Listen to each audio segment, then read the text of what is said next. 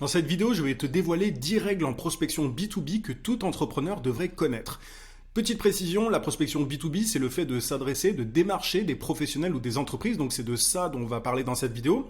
Et cette vidéo va être utile que tu sois indépendant ou un entrepreneur avancé. Et d'ailleurs, j'ai mis entrepreneur dans le titre de la vidéo, mais si tu es commercial, c'est aussi pour toi évidemment. Je me suis rendu compte avec le temps que la prospection B2B était un exercice très mal maîtrisé, très peu maîtrisé, alors que c'est essentiel pour générer un flux continu de prospects. Tu vois, quand on vend ses services ou peu importe sa solution à des entreprises ou des professionnels, il faut savoir transformer des inconnus en clients en envoyant des messages. Et moi, ça fait des années que je forme et que j'accompagne sur ce sujet et j'ai identifié 10 règles. Donc voilà, l'idée c'est de les respecter pour avoir de meilleurs résultats dans ta prospection tout simplement. Et juste avant de te parler de tout ça, je t'invite à mettre un gros pouce sous cette vidéo pour me soutenir, pour me montrer que ce genre de contenu te plaît. Abonne-toi également à la chaîne si ce n'est pas déjà fait. J'ai des centaines de vidéos sur la vente, le marketing, l'entrepreneuriat. Donc ça devrait te plaire. Ma chaîne YouTube est une véritable mine d'or. Active la cloche de notification aussi pour ne pas rater mes prochains contenus. Je publie une vidéo par semaine. La première règle dont je voulais te parler, c'est le fait de privilégier la qualité des conversations à la quantité. Je m'explique, il y a énormément de personnes, d'entrepreneurs et de commerciaux d'ailleurs, qui font bouteille à la mer. Ils envoient des tonnes et des tonnes et des tonnes de messages en espérant que quelqu'un leur réponde derrière. Ils ont une stratégie vraiment de volume, ils balancent, parfois ils utilisent des outils d'automatisation pour ça, et mal.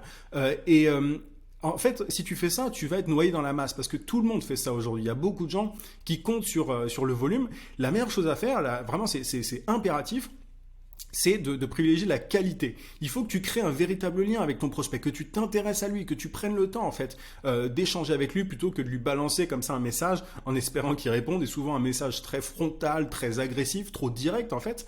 Donc il faut absolument que tu privilégies la qualité. Et d'ailleurs, plus le temps passe, plus il y a des outils d'automatisation qui apparaissent, et il y a l'IA d'ailleurs qui est apparu dernièrement, plus il y a besoin en fait de connexion humaine. Et c'est pour ça que ceux qui privilégient la qualité des conversations, qui essayent vraiment d'échanger avec des prospects, sortent du lot et obtiennent de meilleurs résultats. Ils convertissent beaucoup plus de prospects parce que inconsciemment, le prospect en face se dit « Ah, tu vois, enfin quelqu'un qui me parle pour de vrai et qui n'est pas juste là pour me vendre son truc. » Donc, essaye de ralentir. Tu peux envoyer moins de messages, mais plus qualitatifs et avoir de bien meilleurs résultats. Donc, il faut arrêter avec cette approche bazooka, tu vois, en mode, voilà, essaye d'être plutôt un sniper qu'un boucher. J'aime bien cette image-là. Voilà, il faut être un chirurgien, si tu veux, plutôt qu'un boucher. Il faut vraiment essayer de créer un lien avec chaque personne plutôt que de balancer plein de messages en espérant que ça morde derrière. Juste avant de te donner la deuxième règle qui est extrêmement importante, j'ai si tu n'es pas déjà inscrit, j'ai ce que j'appelle des emails secrets. Tu as le lien d'inscription en description. Tu peux aussi cliquer sur le i et en t'inscrivant, tu vas recevoir chaque matin à 9h un email rempli de méthodes, de conseils, d'astuces pour générer plus de prospects, générer plus de ventes. C'est pour les indépendants et les entrepreneurs avancés qui s'adressent à des professionnels ou à des entreprises. Donc c'est pour toi si tu es coach, formateur, consultant, freelance, CEO de start-up, peu importe. Et même si tu es commercial, tu vas dénicher de petites pépites sur la prospection B2B qui devraient être utiles. Donc voilà, c'est pour les personnes ambitieuses, motivées, qui veulent aller plus loin, qui veulent passer au niveau supérieur et qui veulent recevoir de bons conseils. Mon meilleur contenu, il faut le savoir, se trouve dans ces emails secrets. Il y a plus de 15 000 entrepreneurs qui sont déjà inscrits à l'heure actuelle. Donc si ça t'intéresse, clique sur le lien en description ou sur le i. La deuxième règle dont je voulais te parler, c'est le fait de faire preuve d'empathie. C'est ultra important en prospection B2B de faire preuve d'empathie parce que ça te permet derrière déjà de créer une connexion forte. Je l'évoquais dans la première règle, mais de créer une connexion forte avec ton prospect. Tu vois, le simple fait de l'écouter, tu vois, de vraiment, bref, d'être en mesure de te mettre dans ses bottes, en fait, à sa place, ça va te permettre de créer une connexion plus forte avec lui. Mais en plus de ça, ça va te permettre de trouver le meilleur angle de vente.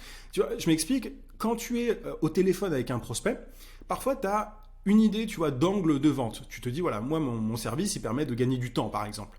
Et en fait, tu vas te rendre compte qu'en réalité, la personne en face n'a pas besoin elle veut pas forcer, enfin ce qui l'intéresse le plus, si tu l'écoutes, si tu fais preuve d'empathie, elle n'a pas forcément de gagner du temps, mais il y a un autre truc qui l'intéresse, que ta solution peut régler. Et du coup, le simple fait de faire preuve d'empathie, ça va te permettre de changer ton angle de vente et présenter non pas le gain de temps comme l'élément principal, mais ce que le prospect recherche, tu vois. Donc tu peux, grâce à cette empathie, tu vois, cette capacité à te mettre à la place de la personne en face, trouver le meilleur angle et convertir beaucoup plus de prospects comme ça. Donc ça, c'est une règle qui est essentielle, que ce soit pour créer une vraie connexion, comprendre les douleurs en fait de la personne en face et convertir et mieux convertir, c'est essentiel de faire preuve d'empathie aujourd'hui, surtout encore une fois à une époque où il y a tout un tas de logiciels d'automatisation qui permettent de faire du volume. Il faut une connexion beaucoup plus profonde avec les prospects.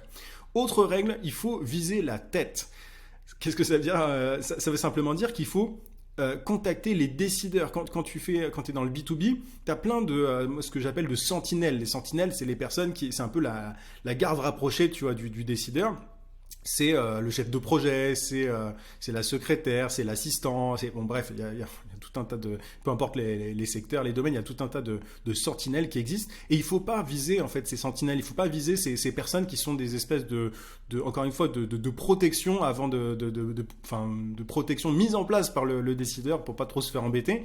Il faut que tu vises la tête, il faut que tu vises le CEO, le directeur marketing, le DRH, enfin bref, il faut que tu vises la personne qui a le pouvoir de décision parce que si tu contacte un chef de projet par exemple dans une boîte, il n'a pas de pouvoir de décision en fait, c'est pas lui qui va décider de payer ton service ou pas. Il va derrière devoir faire appel, enfin demander à son supérieur hiérarchique et ainsi de suite. Donc ne perds pas de temps. Quand tu as quelque chose à vendre, peu importe quoi, en prospection B2B, il faut que tu vises uniquement la tête. Et alors parfois c'est difficile, tu vois, moi j'ai accompagné des personnes à toucher des décideurs, à viser la tête en fait, alors que c'était compliqué, il y a toujours des stratégies, bon parfois il faut être un peu créatif, mais il y a toujours moyen de viser la tête. Donc voilà, en tout cas c'est essentiel, ne perds pas de temps à échanger avec des sentinelles, avec des personnes qui n'ont pas le pouvoir de décision. Autre règle, c'est le fait de faire tes devoirs avant tes rendez-vous. En fait, il faut que tu fasses des recherches, ça me paraît évident, mais je vois tellement de personnes ne pas faire ça, que j'en parle. Il y a plein de gens qui ne font pas des recherches sur leurs prospects avant un rendez-vous téléphonique, par exemple. Et le truc, c'est que si tu fais pas ça, le prospect, il va vite le voir. Il va se dire, mais en fait, cette personne, elle s'en fiche complètement de mon business. Du coup, elle peut pas m'aider. Enfin, tu vois, elle est pas vraiment intéressée. Elle veut juste vendre son truc. Donc, quand tu as un rendez-vous avec un prospect, j'allais dire stalk le prospect à fond, mais non, mais regarde, tu vois son site internet, regarde l'actualité de ce prospect, qu'est-ce qu'il a posté sur les réseaux, comment est-ce qu'il se présente sur LinkedIn, etc., etc., quelle est l'actualité de la boîte en question. Il faut vraiment que tu creuses, que tu fasses tes devoirs, que tu te fasses limite, si tu veux, une petite fiche, si tu n'as pas de mémoire. Et comme ça, tu vas pouvoir poser de bonnes questions lors de l'échange téléphonique avec ton prospect. Mais il faut que tu fasses tes devoirs avant chaque rendez-vous. N'arrive pas comme ça la fleur au fusil en mode ok, bon, bah, qu'est-ce que vous faites, quoi. Tu vois, ça fait pas très sérieux et ça fait vraiment personne pas intéressée par son prospect. Autre règle, il faut être persévérant, mais pas insistant. En prospection, c'est important d'être patient. Tu vois, c'est-à-dire qu'il faut, par exemple, relancer ses prospects quand ils ne répondent pas tout de suite. Enfin, ils nous doivent rien, les prospects. Ils sont pas obligés de nous répondre en soi. Donc, il y en a plein qui le font pas. C'est bien de relancer. Il faut le faire de façon subtile, de façon douce. Donc, il faut persévérer, mais il faut pas non plus être relou et insistant. Tu vois, il faut pas non plus envoyer des tonnes de relances. Enfin, il y a un moment, tu vois, au bout de 2-3 relances, par exemple, il y a des gens qui diront qu'il faut aller jusqu'à 7 relances, tu vois, en théorie, ok, mais dans les faits, quelqu'un qui répond pas au bout de 4-5 relances, enfin, tu vois, 3 max, franchement, c'est que la personne, enfin, il y a d'autres prospects plus intéressants et plus intéressés par ta solution ailleurs. Donc, il faut être persévérant, il faut être patient, mais il faut pas être relou, quoi, tout simplement. Ça, c'est un truc qui est aussi essentiel. Autre point, autre règle, demande toujours la permission à ton prospect avant de lui envoyer un lien. Je vois beaucoup de personnes qui balancent un lien, genre Calendly, tu vois, pour booker un appel avec eux, dès le premier message, limite dès le message d'invitation sur LinkedIn, par exemple. Il faut absolument pas faire ça. Quand tu envoies un lien sans demander la permission au prospect, c'est du spam, en fait. Tu passes juste pour un gros spammeur, pour quelqu'un qui balance son lien comme ça. Enfin, personne n'a envie de ça. Donc le truc à faire, c'est de dire en fait ce que tu veux faire. Par exemple, si tu as un lien vers, je sais pas, un case study ou peu importe, tu demandes au prospect si ça l'intéresse. Et s'il te dit oui, là tu lui envoies. Il y a beaucoup de gens qui vont beaucoup apprécier le fait que tu demandes la permission. Donc ça, c'est vraiment c'est essentiel. Et je vois beaucoup trop de personnes ne pas le faire, ne pas respecter cette règle-là. Voilà, il faut demander la permission. Il faut pas balancer des trucs non sollicités au prospect parce que tu passes juste pour un relou et tu as peu de chances de. Enfin, si tu fais énormément de volume, tu vas avoir des gens dans le lot qui vont être intéressés par le lien en question, peu importe le lien d'ailleurs. Mais l'idéal, pour pas braquer certaines personnes, c'est vraiment de demander la permission en amont. Autre règle, il faut savoir que 3% de tes prospects sont chauds à court terme. Il y a 3% de tous tes prospects qui sont prêts à passer à l'action maintenant, rapidement.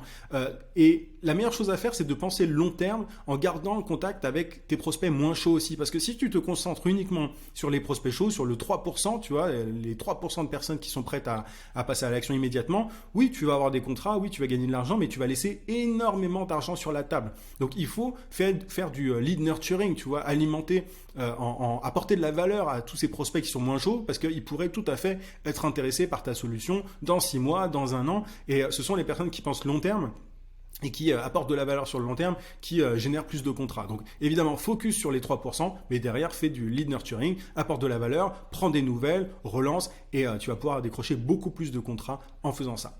Autre règle, alors j'ai perdu le fil, je ne me rappelle plus à quelle règle on est, je crois que c'est la 8e, ne fais pas semblant d'écouter tes prospects par téléphone, écoute de façon active. Il y a beaucoup de... Tu vois, moi une fois je suis tombé sur un commercial qui quand on échangeait, je sentais qu'il n'écoutait pas vraiment, il était oui d'accord, enfin tu sentais que c'était faux, tu sentais que la personne n'écoutait pas vraiment parce que quand elle parlait, elle passait complètement à côté de ce que je lui disais.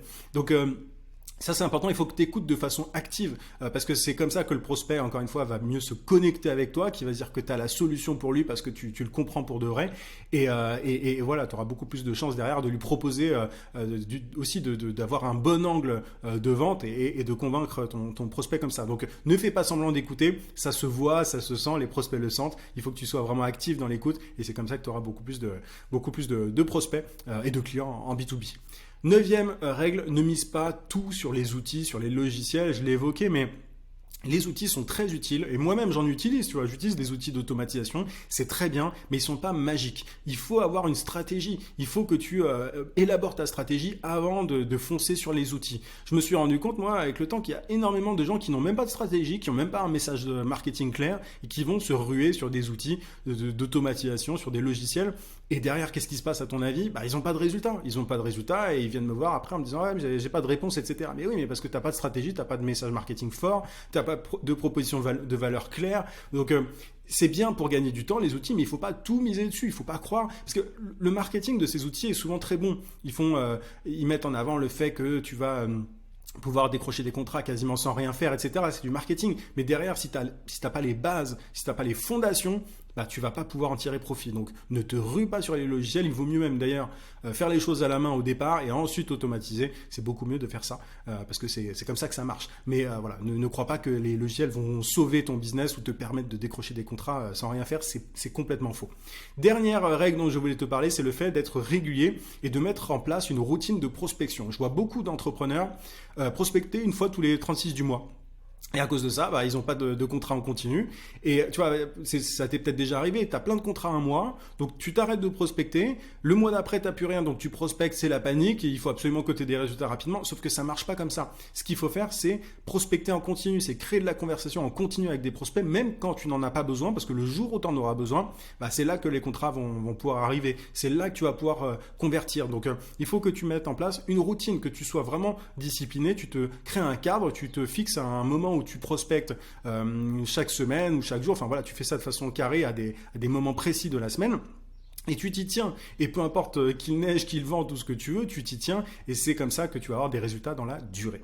J'espère que cette vidéo t'a été utile, qu'elle t'a aidé à y voir un peu plus clair sur la prospection B2B si tu n'as pas les résultats espérés ou alors si tu veux te lancer. En tout cas, fais-le, c'est extrêmement important. Mets un pouce sous cette vidéo si elle t'a plu. Et je te rappelle que si tu veux aller encore plus loin sur ce genre de sujet, il y a mes emails secrets qui t'attendent. Tu peux cliquer sur le lien en description ou sur le i pour t'inscrire et tu recevras chaque matin à 9h mes pépites par email pour générer plus de leads, plus de ventes. En tout cas, je te souhaite plein de succès et je te dis à très vite. À plus.